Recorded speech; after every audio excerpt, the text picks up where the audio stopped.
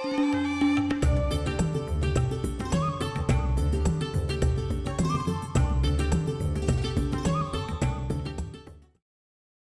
everyone, I'm Yogesh, and today in this episode I'm not going to talk about anything about the charges or the forces or anything related to the electrostatic charges, but actually you are going to help me out to find out the questions that are ringing into my mind something like bells, and I just wanted to know a few things about. If you remember in our last episodes, what we discussed was if there are two charges at rest. So if it is a positive charge and the second one is a negative charge, or if it is positive, then there is something called a Coulomb's force that could be attractive or that could be repulsive. Then we were discussed about the electric flux, electric field, and also the Gauss laws. But I'm not getting one thing, that if I have got two charges at rest, and if one of the charge is having some force over the other, that is if there are, say, suppose two positive charges and one charge is pushing the other positive charge with certain force, then what will happen to the other charge? Will it remain static, or there would be something that is changed in the coordinate of that charge, or the charge will start moving, or the force will disappear? Actually, these are some of the questions that are kept ringing in my mind, and today in this episode we shall be trying hard to find out the answers of these questions, which look quite beautiful yet very curious. Well, if I have got two charges, and if one of the charge is repelling the other one, as if both of them have the same magnitude, say suppose both of them are positive. So what is happening is that due to this charge is getting repelled, so it will move. That means whatever we studied in the electrostatic arena, that is charges at rest, we must modify a bit in order to understand what will be the nature of the charge that just got repelled due to this charge. And in order to do that, we must take help from our mechanics part. That is, you must be knowing that if a body is moving, it is having a form of energy which is known as the kinetic energy, and it also has some energy that is a potential energy. There is always a transformation from the kinetic energy to the potential energy, or even to the potential energy to the kinetic one. But can we apply the same laws of physics that we used in the classical domain, that is we used in the mechanics, to here in the charges? Well, I would say yes. And how we should proceed, that is by the following example. Suppose if me and my friend have arranged a very big spring, it is quite large and it is really very good. So if my friend is standing, say suppose 10 meters away from me, and we both are holding that spring like this, and if I challenge my friend that okay, if you have got the power, then you must come at least 50 centimeters from your exact position at this time, that is, he will come at the midpoint of it. Now my friend has to compress that spring in order to come at that particular position that I demanded. In that case, he has to compress that spring, and for the compression he has to undergo some reluctance from the spring, and that he can do by having much more force, or by imparting much more force on that particular spring. So after some time, after applying a lot of force, he comes at the desired point. Now if I am quite mischievous enough, I will simply say okay, I am going to leave the spring. He will simply say no. Do you know why? Yeah, perhaps you're right, because the moment either I leave the spring or he leaves the spring will try to cancel out the compression and it will expand vigorously. And if I can place some object there, then I will simply see that that spring, after my friend leave it as it is, will go on with that mass and it will accelerate the mass with a much greater velocity, or in other terms, with the velocity and the mass there will be a momentum, and with the momentum there will be a much greater force. Well, then from where this force come? How could we be so wrong after seeing what is quite obvious to us? Because at the beginning the spring was at rest. I simply compressed it. Actually, what happened at that time was that the potential energy got stored in the spring by the resistance that I gave it to him. And once I leave the spring will go for the transformation, that is, the potential energy will get converted into the kinetic one, and that's why it will accelerate any mass if we attach that mass to the other end. Well, this is the same case with the charges. Suppose I have got a very big charge, say plus q, and I have got a very tiny, a very innocent charge, say small q. And if that charge is having the dream to come closer to this charge, he will simply ask me that please kindly help me out to go near to him. I will simply say okay, and then I will start applying some force so that I could counter the repulsion due to this bigger charge plus q that is being imparted over this smaller charge small q. And at certain distance I will come and I will stop here. Actually, I moved this charge from this point to this point. That is, I have applied some force in order to move the charge from this point to this one.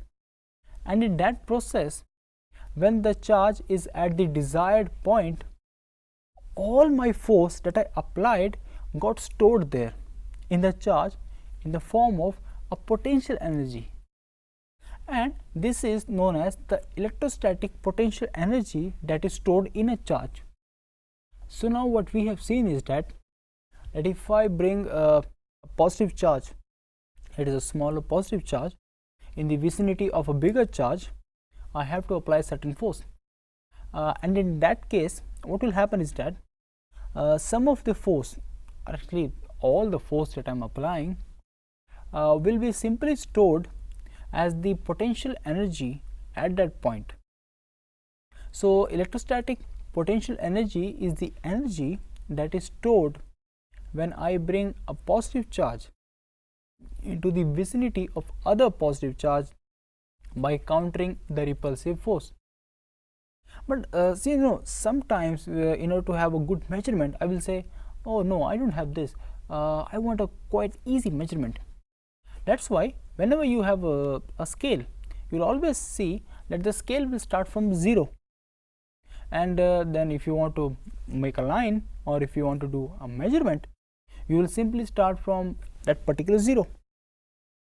So that was a question in my mind, that if there is something like where the potential is 0, then we could easily make a measurement. So by then we said okay, we don't know where the potential is 0, so we can have something like infinity. That is, if I move a charge from infinity to my desired point, I will have some potential energy stored. So if I am moving, say suppose a charge from point P to a point Q, so the difference in the potential of that point P and point Q will be stored in that charge which is now residing at point P. And one more thing, actually what happens is that whenever I am moving a charge from some distance, say infinity, or now in this case for my relaxation I have considered as point P, what I will do is I will take the difference of the charge. A lot of people think that the difference in the charge is not required at all, but we must always take the absolute value of the potential. That is, I must have the potential from the point P and I must have the potential from the point Q. This is not quite comfortable to have, because if the bigger the charge is, the bigger will be its vicinity, and then the variation of the potential at every point will be different. So we simply take that for the electrostatic potential at a point P, I will say that I have moved a charge from infinity to the point P, and the difference in the electrostatic potential in the form of energy is the thing that I am interested in, because I only know what part of energy is stored there. So I will only take that difference into consideration. One more thing, actually what is all this electrostatic potential energy I am talking about? Means in the initial statement I simply said that I am moving a charge from a point P to a point Q, or say from infinity to a point P. What exactly it is? Actually it is the work that I am doing over it, because I am having some sort of repulsion. In order to counter that repulsion, if I am applying the exact force equal to that repulsion, I can bring the charge near to the desired point. And also I am traveling some distance. Say suppose from point P to point Q, the distance is say 5 centimeters, and the force is say suppose 10 with a standard unit. Just remember that 10 with a standard unit. So my work done will be force times the distance. So actually this is nothing but the potential energy is the work done by me or by some external agency of interest who is trying to move the charge from a point say P to a point Q. Now in this way what we have defined is that simple thing is that whatever the force that I am applying over a certain range or over a certain distance is getting stored in form of a potential energy. In the other way around, if I go for the mechanics things, is that the kinetic energy that is coming into action will get stored in the form of potential energy of that point. So this is the work done that I am doing to counter the electrostatic repulsion due to the bigger charge. So what we have discussed so far today? We have discussed a very qualitative aspect of what is exactly the relationship between the mechanics that we studied and the electrostatics that we have also studied. Actually we only try to make a transformation from the mechanics of particles to the mechanics of say the charges. We also came to know that whenever two charges are there, there must be some force acting over one or the other charge, and so due to that force a charge will move. But wait a minute, now since the charge is moving, there must be some kinetic energy, and if I want to bring that charge nearer to the positive charge who is repelling it, I must do some work. So where is that work gone? We also know that this work that I am really worried about gets stored in the form of potential energy, and so the potential energy we defined it in terms of the work done in moving a charge from a point say infinity to the point of my interest say P. So W from infinity to P is nothing but the electrostatic potential stored in the form of work done against the repulsion that was created by the positive charge of my interest. In the next episode, we shall be discussing that if this is the electrostatic potential energy, then what will be the potential due to the positive charge? And do you remember the dipole case that we discussed in electrostatics? Yeah, that same one. We shall also be discussing what will happen to a dipole if we consider the potential due to it. Till then, goodbye.